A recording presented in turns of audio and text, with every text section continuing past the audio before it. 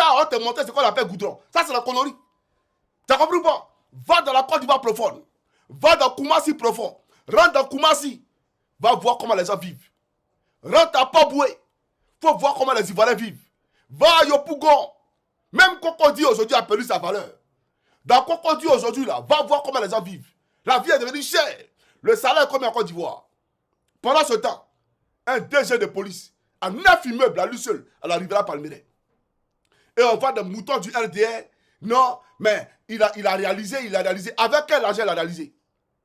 Il touche combien par mois pour réaliser ça? Un immeuble, c'est des milliards. Lui, il a enlevé l'argent où? Voilà la Côte d'Ivoire. Donc, quand le DG de la police appelle les policiers, non, sortez, etc., pour sécuriser, parce qu'il veut protéger ses acquis. Mais les policiers, ils ont quoi en temps? Qu'est-ce qu'ils ont, les policiers? Mais je ferai une vidéo spéciale pour eux. On va à la profondeur.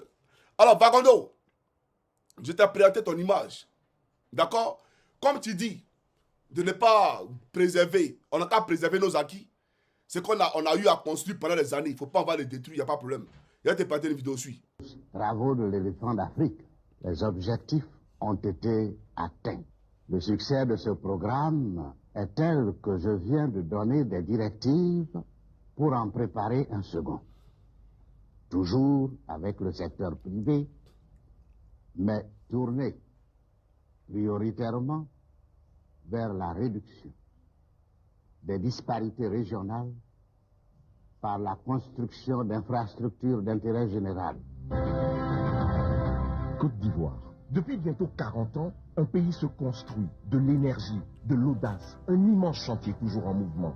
Moins de 4 millions d'habitants en 1960, les Ivoiriens aujourd'hui sont 14 millions et plus de la moitié d'entre eux vivent dans des villes.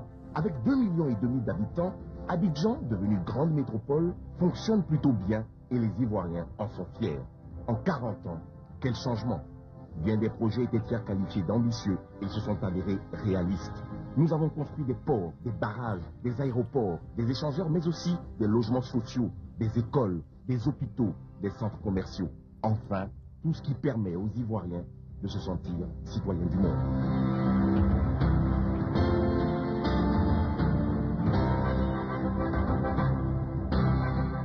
En 1996, le gouvernement ivoirien a lancé un vaste programme d'infrastructures d'intérêt général, symboliquement appelé les 12 travaux de l'éléphant d'Afrique. Le Bureau national d'études techniques et de développement, BNET, a été chargé d'étudier et de suivre ce programme proposé sur appel d'offres aux investisseurs privés. À fin 97, un premier bilan est permis. 5 projets d'une valeur globale de 600 millions